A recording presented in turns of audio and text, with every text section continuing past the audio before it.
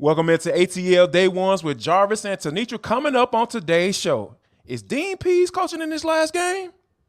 And okay, I don't really mean if, when Georgia wins on Monday night in the national championship game, we have keys to the game on how they could do it. And that'll be with the incomparable coach, Mark Richt. And last but not least, and for the culture, a legendary series comes to an end. This is ATL Day Ones, part of Locked On Sports Atlanta.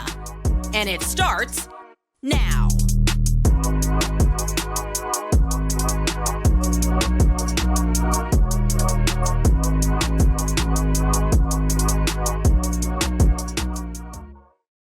I just want to say thank you for making ATL Day Ones your first listen of the day. And remember, we're free and available wherever you download your podcast. Or wherever you download your podcast, make sure you leave us a 5-star review. We really appreciate that from you in advance. Today's show of ATL Day Ones is brought to you by Bet Online. And also, guys, remember, we are on Amazon Fire and Roku if you want to check us out on the big screen. But this is a big one because I think, one of the things that we've talked about as far as how Dean Pease wants to be the guy to get the Falcons organization back to some respectability from a defensive standpoint.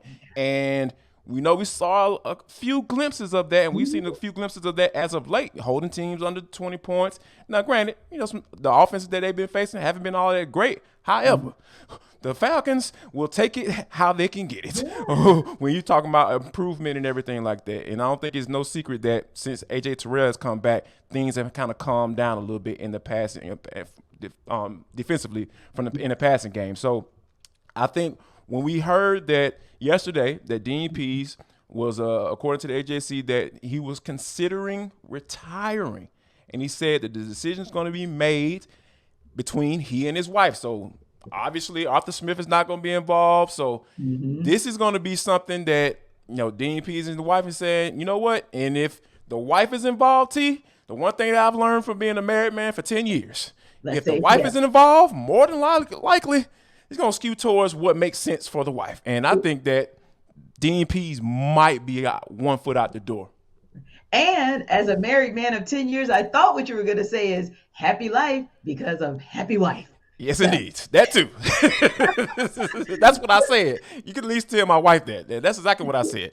Yeah, I would tell sis that that was your verbiage. It was just, you were trying to put it in a very subtle way. But yeah, yes. I listen, so much respect for Dean Pease coming out of retirement already because of the relationship with Arthur Smith that he had established back in their days in Tennessee. So being willing to even come here and kind of, I'll say, tutor and get these guys right and get the philosophy and the mindsets correct, you just cannot overestimate the value that he has brought to the table. So I feel like for Grady Jarrett, although you may not see it in the stat line, I'm sure Grady would still tell you he made him a better player. Indeed. He took someone like Richie Grant, who was a head scratcher at the beginning of his rookie season, yes. And all of a sudden, on the back half of that season, he got him together, and we've still seen some really positive things from Richie Grant. So the reason I bring up Grady is because there you have a veteran who was able to get right. And there you have a now second-year player who is on a good trajectory, and all of the ones you and I talk about all the time, like a Michael Walker, if you will, as well. And Jarvis, I would venture to say, I'll throw a Sean Evans in the mix. Because they brought him in thinking that he still had something left to give. And I believe he absolutely did. My biggest concern with this is this. You cannot be mad at Dean Pease if he decides to go into retirement again, because he gave you 2 solid years to get Arthur Smith's regime off the ground.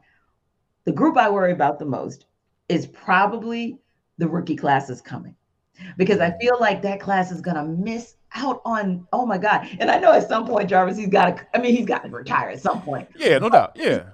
This is such a viable and important rookie class for the Arthur Smith, Terry Fontenot regime. Yeah. They've got to get this class right as it relates to defensive players.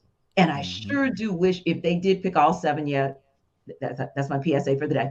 If they took all of their picks, or at least 6 out of their 7 picks, and went with defense, Jarvis, how amazing would it be if Dean Pease can return and just tutor one more class and help them be right for Arthur Smith for this future building team? Yeah, because that's the thing that you are get concerned by, because when you're talking about different defensive schemes, or is it going to be an in-house hire? That's why I believe that Pease is not going to let this thing linger. He's going to make a decision as soon as that clock strikes 0. I wouldn't be surprised if he was like, "Hey, man, tomorrow I'm out," or "Hey, I got one more year and that's it." Like, you know what I mean? So that's a great call. So I think that because you need to know what type of scheme you're going to run going into this year, because we talked about it yesterday with following the Kyle Shanahan, John Lynch combination, or the John Snyder, Pete Carroll type situation, right? They had a system, and that's what the system they stuck with, and that's why guys are able to develop, because they don't have changing systems in it. Because if you even have a guy coming in talking about, "Oh, I want to run a 4-3." Right. Okay. Right. You know what I'm saying? So you drafted certain guys to come in to play in a certain style of defense. What does that do for your 2022 draft class? What does that do for Taquan Graham? Maybe he's not as good as a 3 tech, but he's a good as a I-5. I mean, it's lined up in a 5. You know what I'm saying? Being a 2-gapper from time to time. So all of those things come into place when it comes to who they going, the decision that Pease has to make. And I think that I feel like he's gonna be out of here, but I think that if it's a matter of, hey, if you want to come back, we can. Right. If you got some guys that you really like, we'll take that into consideration, to the point where, like, hey, if we give you this dude, like, let's go ahead and see if we can be a top 10 defense in 2023. So I think that those are the type of conversations that I feel like the Falcons are going to start having, because at the end of the day, you figured out a way to get Grady Jarrett right, and I got to give him kudos for this too. Yeah, Isaiah Oliver. This dude was another one. Out. He was out. He was a second-round pick. Nobody had no expectations for him whatsoever. Kind of reminds me of the whole Ricardo Allen type situation when Dan Quinn came in. So working with those guys, finding a way to use this guy, make this guy a valuable piece. And I think that Pease has done that with Isaiah Oliver. So those are the type of things that you'll be missing out on if he walks out of that door. Now, granted, I know Arthur Smith is going to do his due diligence and hire somebody if he decides to retire, but I think people got to understand, like, what this dude was able to accomplish. Not necessarily from a sack standpoint. I know people like to look at that number. It's real sexy. I understand how sexy it is. # pass rush matters. But I think you got to look at the development piece too, because that's what's been missing from the previous regime. When you draft people, do you come in? Do they develop? Do they get better? And I think we've seen that from certain guys since Terry Fontenot and Arthur Smith has come into play. Indeed. And speaking of that, we talk about the players who have benefited from being under a developmental leader like Dean Pease. And I think about also like the linebackers coach or even the D-line coach, right? They've now been under Dean Pease for a couple seasons as well. So maybe, if to your point, I do feel like he's leaning towards retirement as well, but he may have some individuals already on his coaching staff, on his coaching tree, if you will, who have learned under his tutelage and would be able to replicate what he's done on some level, and maybe add some tweaks to it and kind of put their stamp on it. But that could be an option too, because you do have two of those key of those key coaches where you have impact players that are so necessary that could also be able to bridge the gap. Absolutely. And last but not least, before we move on to Coach Richt, who can't wait to get to talk to him, because it's a special human being. But tonight, the Hawks, they take on the Lakers. Are we going to see some consistency in back-to-back games? Let's hope so. Let's hope so. I mean, because ain't nobody got time for that foolishness we saw at State Farm Arena last week. And when I say that, just meaning like it was so disjointed. Like you just could not get the 48 minutes to. That was, a key example, right? And that you have one job, and that one job is to stop one guy. Because Jarvis, when you look down the stat line of what happened last week with the Lakers, everybody else had respectable numbers, but nobody had blow you out of the water numbers except LeBron. So that's the one thing I want them to do. Just like they figured out, hey, put a body on De'Aaron Fox at the right times, and that happened multiple times with different players. Put a body on LeBron James. I don't care which body you put on him, but put a body on him early, make him earn everything. And then if the others beat you, I'm okay with that. I'm okay with that. Just don't do that again. That, to me, Jarvis, may actually be another example of the consistency that I'd like to see. Absolutely. Are you trying to consistently win some money? How about this? Go to betonline.net because it is the fastest and easiest way to check in on all your betting needs. Find all your favorite sports and events at the #1 online source for odds, lines, and games. I was looking at the Georgia TCU line because trying to figure out whether or not this bad boy is going to move a little bit. It has moved some. The Georgia is now favored by a touchdown. We know it started off at, 13.5 initially? Right, so that's a big jump. So obviously people are trying to start to believe in Max teach me how to Duggan. Yeah, got to give Sandra her credit on that. That's really cool. It may be corny, but hey, I like it anyway. So it's something that to keep an eye on because we know you're trying to get some money because this is the national championship. So we know all eyes will be out there in LA at SoFi Stadium when the Georgia Bulldogs take on the TCU Horned Frogs. So what I want you to do right here, BetOnline continues to be the top online resource for all your sports wager information for live in-game betting, scores, and podcasts. They got podcasts right there waiting for you. You guys come to us each and every day for all your ATL sports needs, for all your sports wagering information. BetOnline is where you need to go. So I want you to head there today or use your mobile device to learn more about the action happening today because BetOnline is where the game starts. We have a super special guest here on ATL Day Ones today, the legendary Georgia and Miami coach and the most recent Peach Bowl Hall of Fame inductee, Coach Mark Richt. Welcome to the show. Hey, I'm glad to be here, and it was a lot of fun to go to the Peach Bowl since it turned out to be a playoff game for Coach Smart and the Bulldogs. It was nice to be able to be in front of the Georgia people. And ring in the new year that way, right, Coach? That was an amazing way to ring in the new year. That was an amazing game. It was really exciting. I heard the crowd was the biggest crowd ever in the Dome. Yes. And I heard it probably was the highest rated TV show ever in the Peach Bowl games. So it was pretty cool. Yeah, it really was. And Coach, I'm going to take you back a little bit. And this kind of warms my heart because I so loved the late, great Bobby Bowden and was a huge fan of Florida State. So in reading just some of the excerpts from your book, Make the Call, one of the things that he said was that while you were there, he had the privilege of leading you to Christ in 1986 and how he and so many other people admire the fact that you are the same. You walk the walk, you talk the talk. I work with Drew Butler, and he had the same thing to say about you as well, that you are the same no matter what. So one of the questions I wanted to ask is this: how are you able to be so consistent, and how do you feel that's helped you to make an impact on so many people, including your players? Well, I'm not as consistent as everybody might think. I'm human, obviously.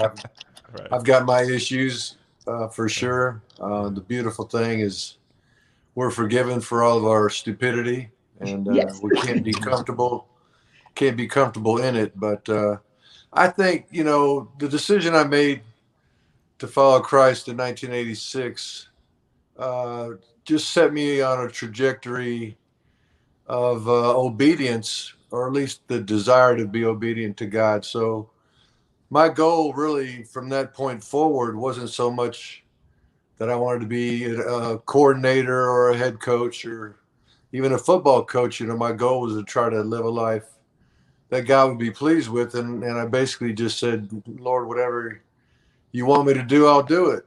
And I'll do it the best I can. And so that was kind of how I would base all the decisions I made throughout my life is, would God be pleased with this or not?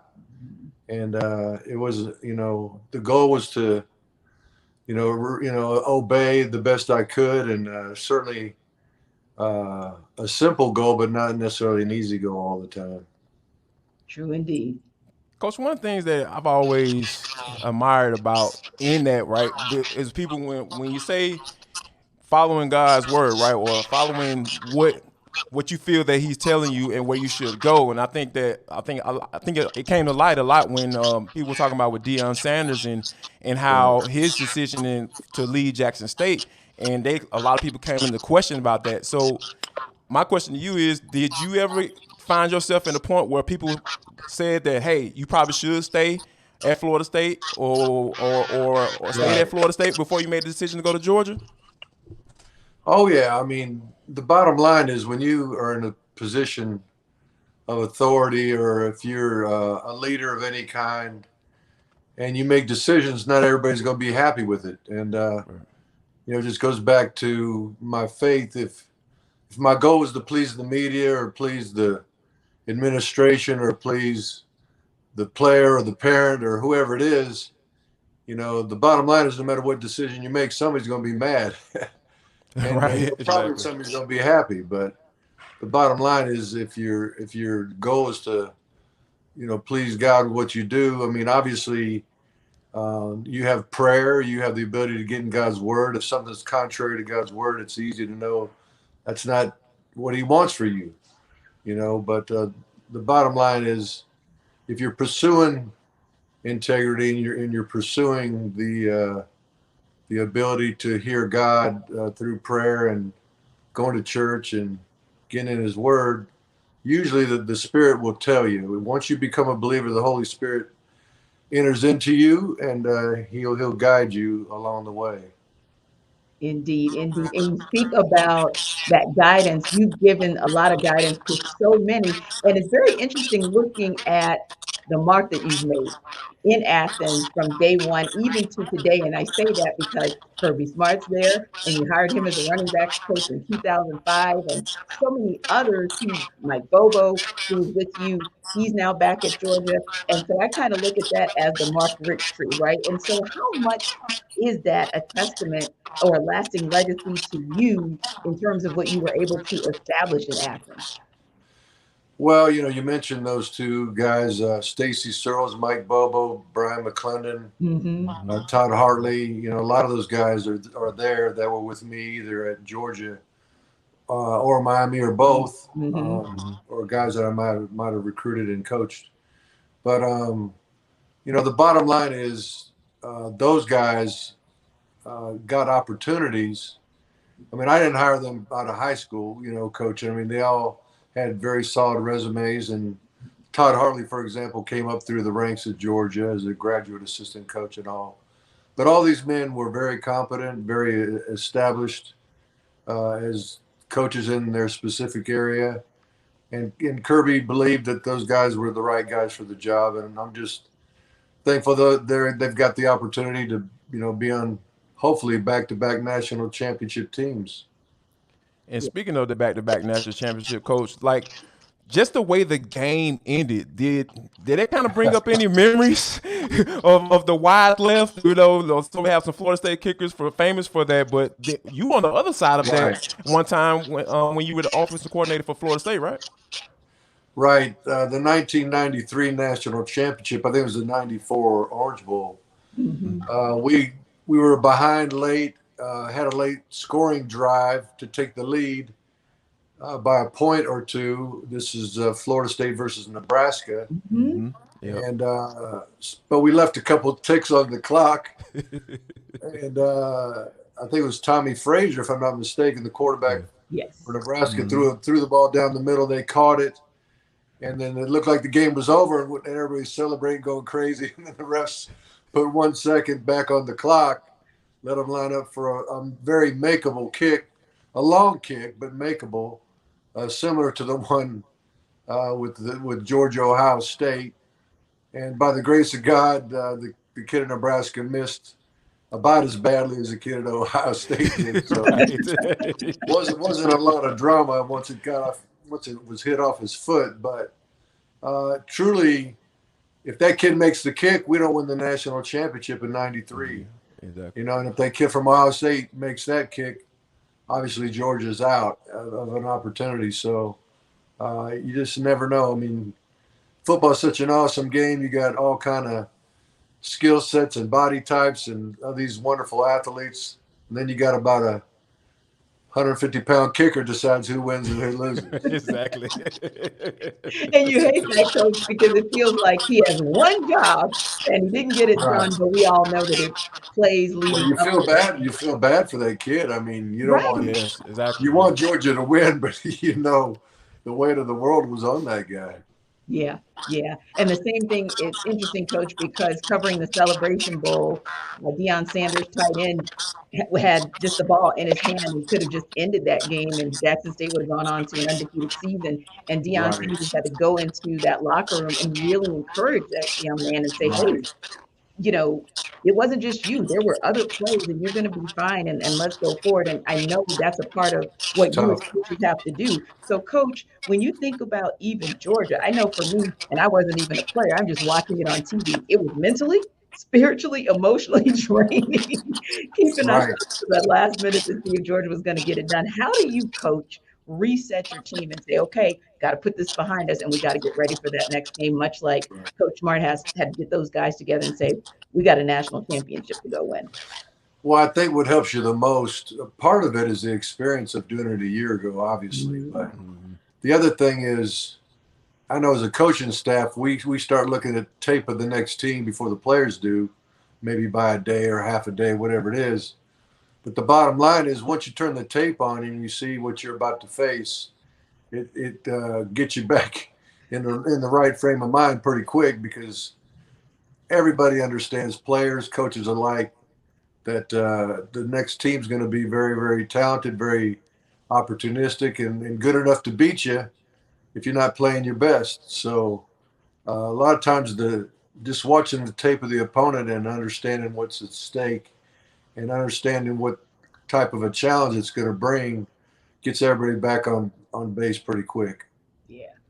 Yeah, and that's the good thing about, resetting like that, because like I said, the coaches got to get everybody right first to know what the game plan is going to be, and then the players coming right behind it. I think that's a really good thing. Coach, last one for me. I think with Kirby Smart, I'm just fascinated by what he has to put up with now. Not put up with, that's a harsh word.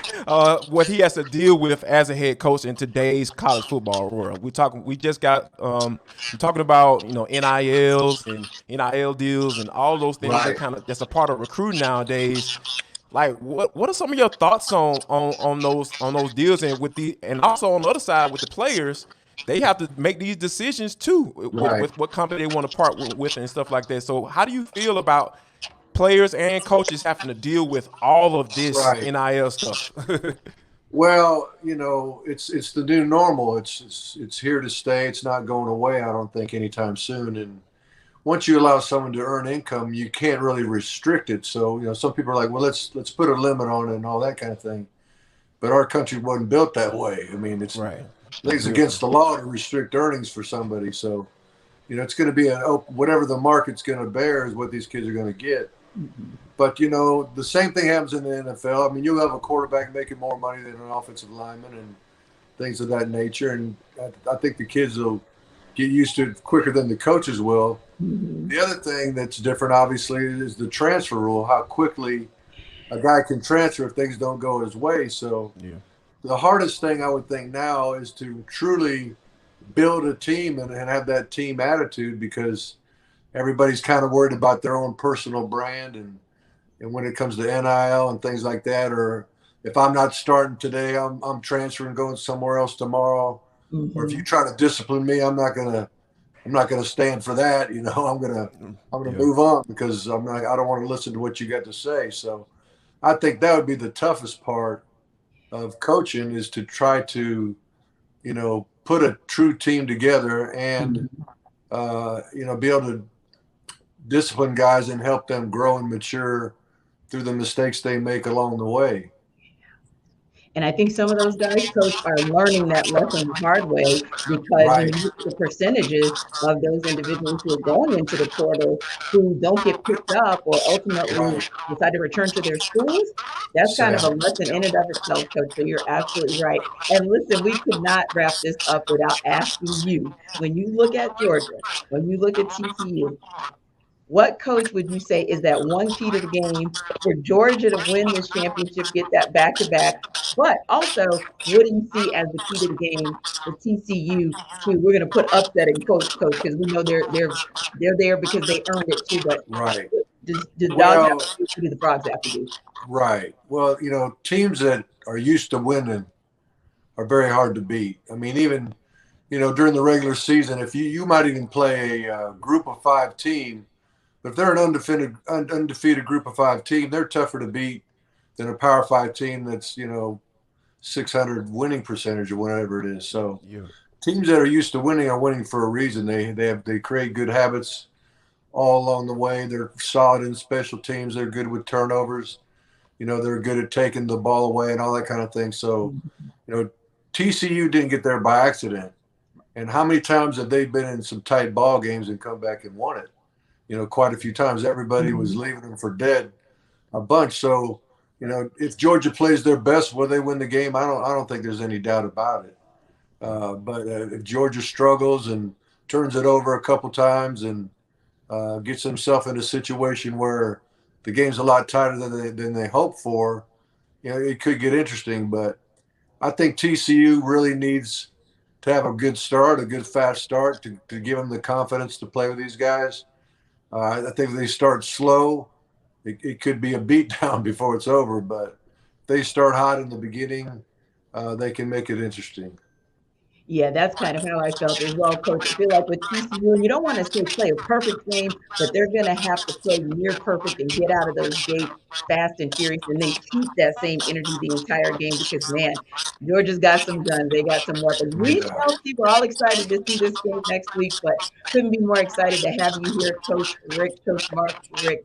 Appreciate your time, and definitely, I know it's still for you. Go Dogs.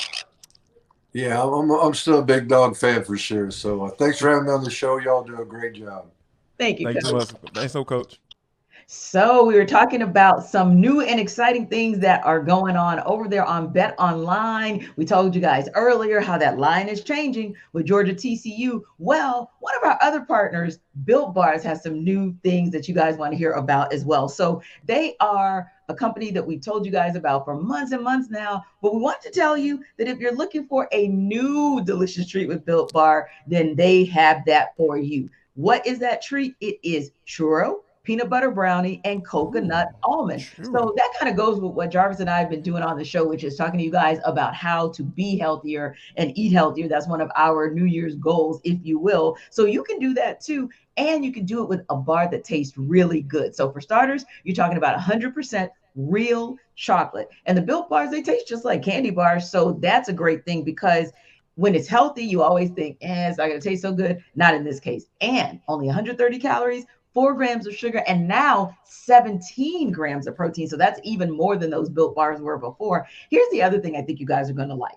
You don't actually have to wait for a box. We told you before that you'd have to go to the website, and that kind of meant waiting for the box. Not anymore. Now you could actually go to your local Walmart, your local Sam's Club, and pick that up. So wherever that is, you'll go like right to the pharmacy section, which is usually at the front of Walmart, grab yourself a box of Built Bars, and boom, you can pick up a 4-bar box of even cookies and cream, double chocolate, or coconut puffs. And if you're close to Sam's Club and you love a Sam's Club like I do, you can run in there and you can get even more. 13-bar box with brownie batter and churro. Don't worry, you can thank me later.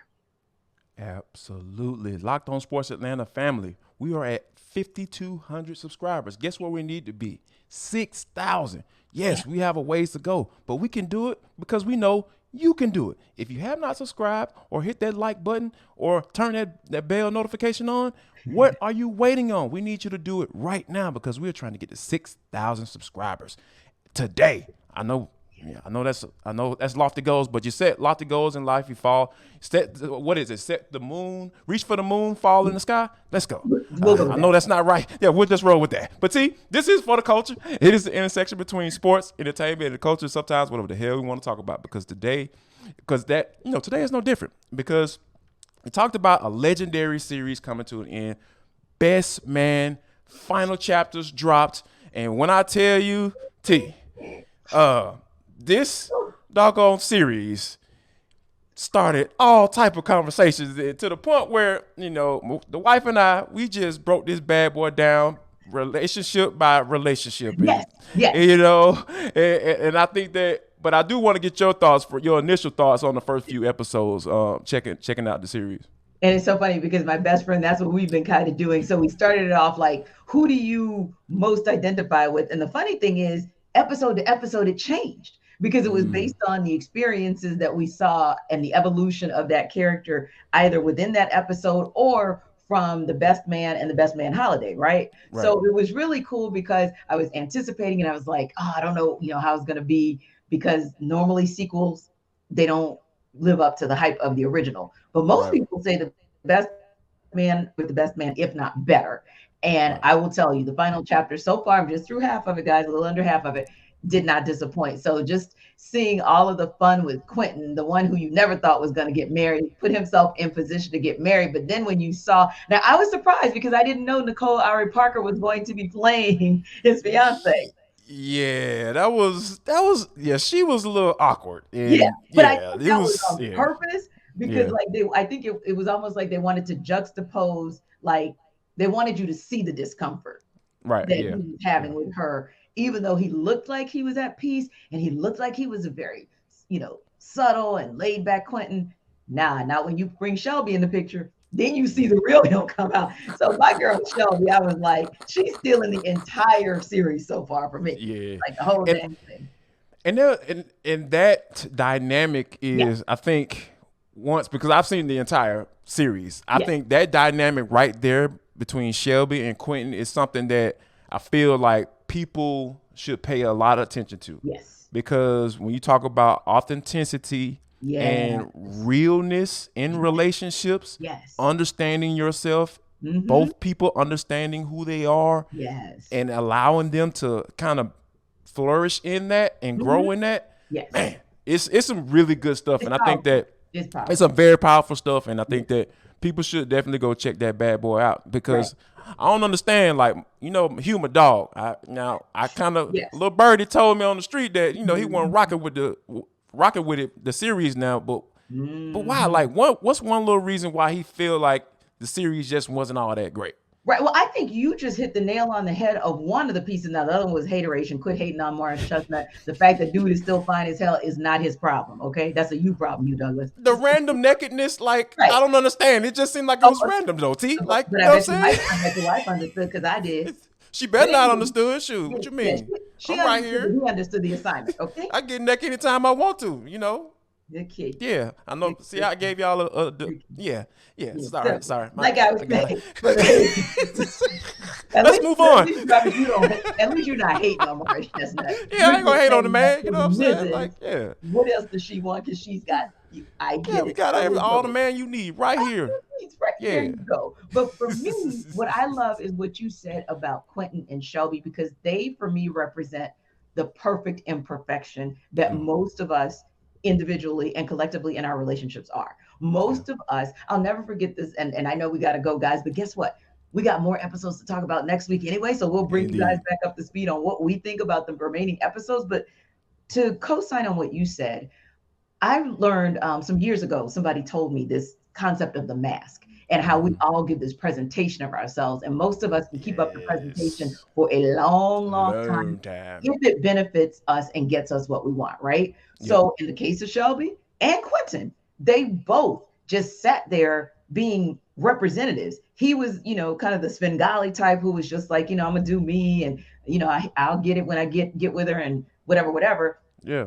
But he wanted to tell her he loved her, but he also thought that she was okay with the situationship. Yeah. And then on the flip side, she was thinking he wanted the situationship. So she obliged him in being very casual for 15 years on and off, when in reality, all somebody had to do was be vulnerable. You and I have talked about that offline a lot. Oh, yeah. One person, either one of them could have been vulnerable even 15 years before that, then it wouldn't have even been played out like this. But you said it. In reality, most of us live in that space. Most of us live in a space of trying to defend ourselves and trying to make sure that we protect our hearts, right? And so they both did that almost to the point where he goes off and marries somebody that he had no business marrying. And of course, she had already gotten married to somebody she should have been married to and pawned the dude off as the father of her child. And so the funny thing is, from the day that Quentin met Kennedy, her daughter, it was instant chemistry. Instant chemistry. Yep. And so now to see his reaction, this is the guy who, of all the best men, all the characters, was the one who was out there doing him like a single man does. And look how much raw emotion he showed to be with the love of his life and to have the child he always wanted. Those are the things that, if we're real about it, in some way, shape, or form, we have all been there, done that, and done some dumb stuff. And I think that's why everybody was rooting for them, because we all know they've all done foolish things like that where can we say I don't know if you can say the P word, so I'll say you poo it away. We can probably say that one. You tinkled it away. There it is. Yep, you tinkle it away. We've all been there. We've all done that before. Yeah. Yes. We always appreciate you guys for rocking with ATL Day Ones and making it your first listen of the day. Remember, make sure you make Locked On Sports Today your second listen of the day. And you can find it wherever you find this podcast. You can rock with Lost Today. Yeah, that's a cool little nickname. Lost. Go check out Lost right here on the Locked On Sports Network. And what we wanted you to do, it is a Friday. So on Monday, we'll be previewing the big national championship, and we'll also be thumbing it down, breaking it all down about what went down at Mercedes-Benz Stadium in their season finale against the Tampa Bay Buccaneers. I got one more thing to ask y'all to do. Y'all come back now, you hear?